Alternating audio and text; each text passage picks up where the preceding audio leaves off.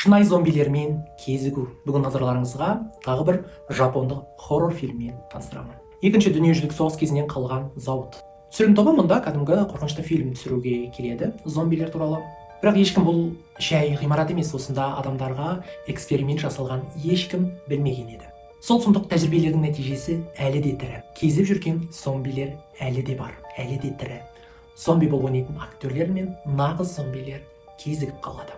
Ал бұдан не шығады, оны «Зомби. Одним планом» фильмнен көре аласыздар. Шынайы зомбилермен кезігу. Бүгін назарларыңызға тағы бір жапондық хоррор фильммен таныстырамын.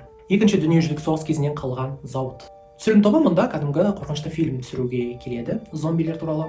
Бірақ ешкім бұл жай ғимарат емес, осында адамдарға эксперимент жасалған ешкім білмеген еді. Сол сұмдық тәжірибелердің нәтижесі әлі де тірі. Кезіп жүрген зомбилер әлі де бар, әлі де тірі. Зомби болып ойнайтын актерлер мен нағыз зомбилер кезігіп қалады. Ал бұдан не шығады, оны «Зомби. Одним планом» фильмнен көре аласыздар.